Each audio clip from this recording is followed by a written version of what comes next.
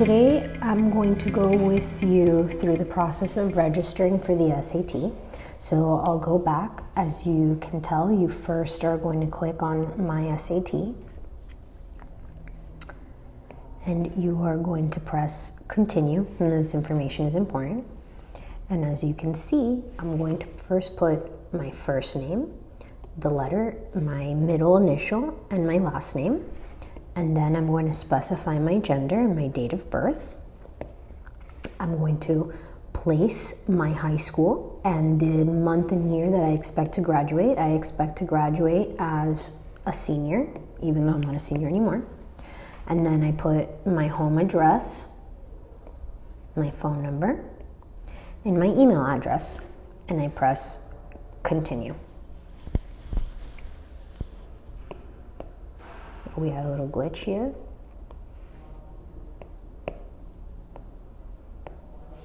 Perfect. Okay, so I'm going to fill out my ethnicity. In this case, I am Hispanic.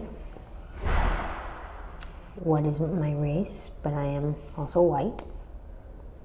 My parents, you would click here the level of education. I'm going to put that I'm going to click here if any of my family members are in the military. None of them are. I speak English. I speak English in another language, and I know English in another language. I don't have a religious affiliation, so I just prefer not to answer.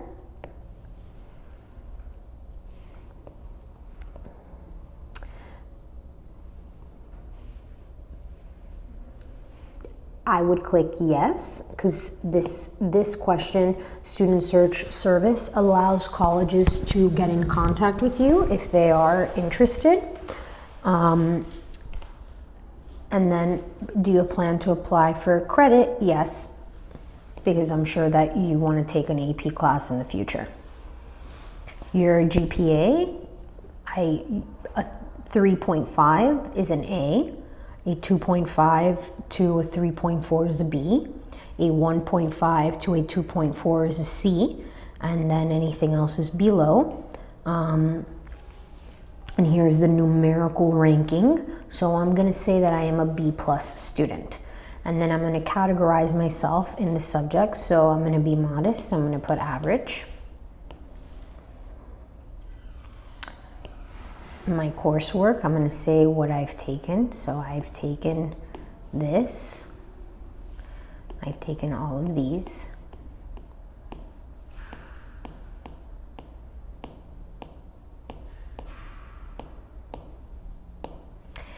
And I don't believe that this is a requirement as to when you took the classes. So I would just press, oh, it makes you put them in. So I'm going to put them in.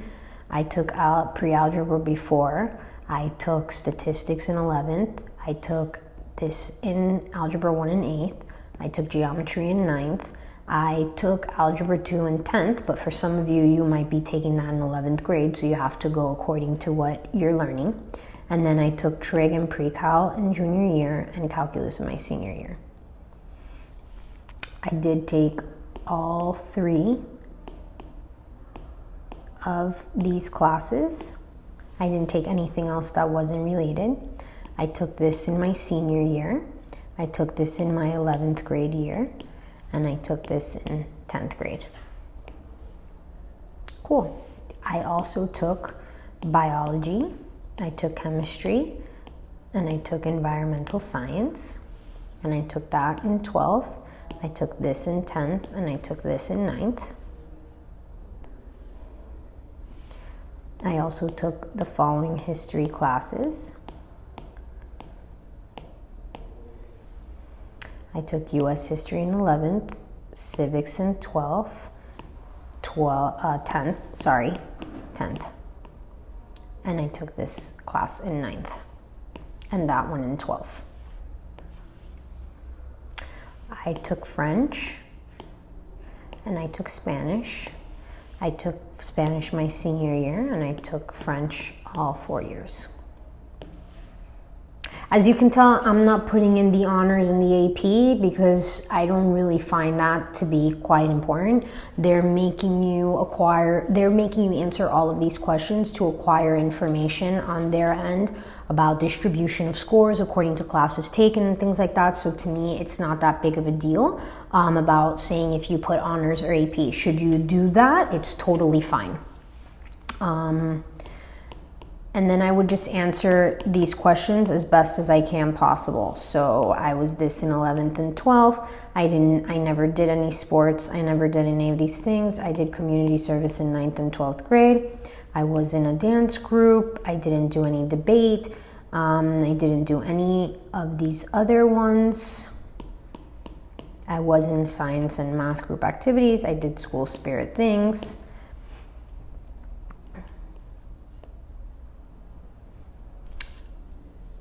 I wasn't involved in any kind of art programs, so I place no. I also did not play any sports, but if you did, you click what sports you want. What activities am I pursuing in college? Would be maybe art, maybe the environment. Continue. And I'm planning on getting a bachelor's. I plan to study business, or I studied business.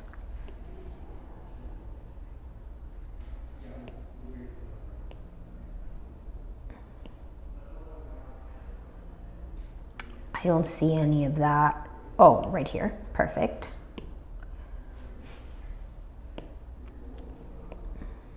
I want a 4-year institution, all majors, so I'm going to put, I studied economics, so I'm going to put that.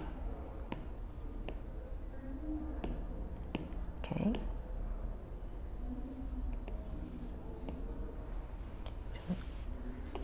I would put everything that I'm considering so that way it links to the college search feature that they're giving you. I'm into co-ed. If you want to go to an all gender neutral, or not gender neutral, but an all male or all female college, that's up to you.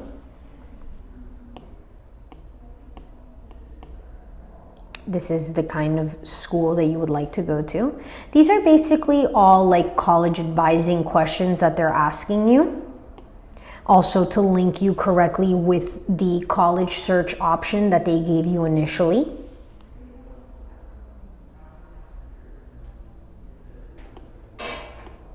Okay.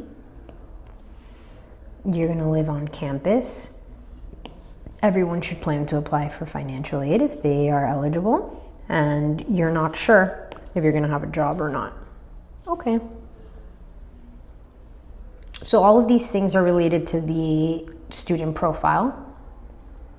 Here I'm going to, here are all the listed rules and guidelines now for you to go and take the exam. So this should be read, especially for the fact to make sure you have an acceptable calculator, you have all of these tools, or not bring any of the tools that you're not allowed to bring. So as you scroll, you're going to accept their terms and agreement. And now you're going to register for an SAT. I'm going to register for the September 26th. I always add with essay. I do not have any kind of disabilities, so I click no. If I click yes, then I would need to enter the SSED number given by the College Board that you received as the extended time letter of approval from the school. You take that letter, you get that ID number, and you place it into this slot to let them know that you have extended time. But for right now, I don't have extended time, so I'm gonna click no. Do you have a fee waiver? Fee waivers are when you have free and reduced lunch, or you are on scholarship at a school. The College Board offers these students like a scholarship to be able to go and take the exam. that scholarship is called a fee waiver. You would click yes, and then you would enter the specifics from the fee waiver letter that your counselor at your school gave you. But right now I don't have a fee waiver, so I'm going to click no. And then the student answer service. I always advise students not to get the student answer service because it doesn't give me enough in-depth information.